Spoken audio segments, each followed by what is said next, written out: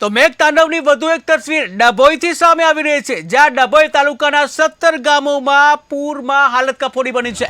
ડભોઈ તાલુકાના 17 ગામોમાં પૂરની હાલત કફોડી, ત્યારે દેવ અને ઢાઢર નદીના પૂરને લઈને ભારે હાલાકી જોવા મળી રહી છે। ત્યારે કેલાનપુર અને ભીલાપુર ગામે એમએલએ મુલાકાત લીધી કે ભોજન સહિતની વૈકલ્પિક સુવિધાઓ પણ ચિતાર મેળવ્યો છે, કે જ્યાં જે કહી શકાય મેઘતાંડવની એક તસવીર સામે આવી રહી છે ડભોઈથી, કે જ્યાં ડભોઈ તાલુકાના 17 ગામોમાં પૂરના પાણી ફરી વળ્યા છે, જ્યાં 17 ગામોમાં હાલત કફોડી બની છે। ત્યારે દેવ અને ઢાઢર નદીના પૂરને લઈને ભારે હાલાકી જોવા મળી રહી છે। ત્યારે કેલાનપુર અને ભીલાપુર ગામે એમએલએ પહોંચ્યા છે, આ ગામોની મુલાકાત લીધી, ભોજન સહિતની વૈકલ્પિક સુવિધાઓનો ચિતાર મેળવ્યો।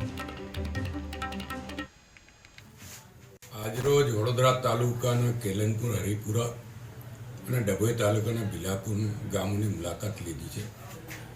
અતિવૃષ્ટિને કારણે અહીંયા આગળ વરસાદના પાણી ગામમાં ઘૂસી ગયા હતા।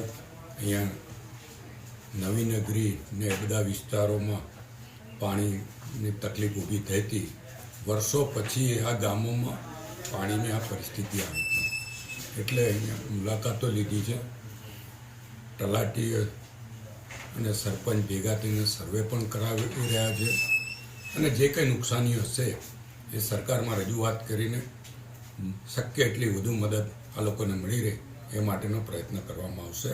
આ મુલાકાત દરમિયાન અમારી જોડે તાલુકા પંચાયતના સભ્ય, અહીંયાના સરપંચશ્રીઓ, તલાટીશ્રીઓ, ગ્રામ પંચાયતના સભ્યો અને ભારતીય જનતા પક્ષના આગેવાનો તમામ ઉપસ્થિત રહ્યા હતા, અને જે તે જગ્યાએ જે તકલીફો હતી એ તમામ જગ્યાઓનું નિરીક્ષણ કરીને જે લોકોને તકલીફ પડી છે એ લોકો સાથે પણ ચર્ચા વિચારણા કરી છે, અને એ લોકોને વધુમાં વધુ સહાય કેવી રીતે મળે એ બાબતની તલાટી અને સૂચના આપી છે, અને પ્રાંત અધિકારીઓ તરફથી પણ સૂચના આવી છે। આજરોજ વડોદરા તાલુકાના કેલાનપુર, હરિપુરા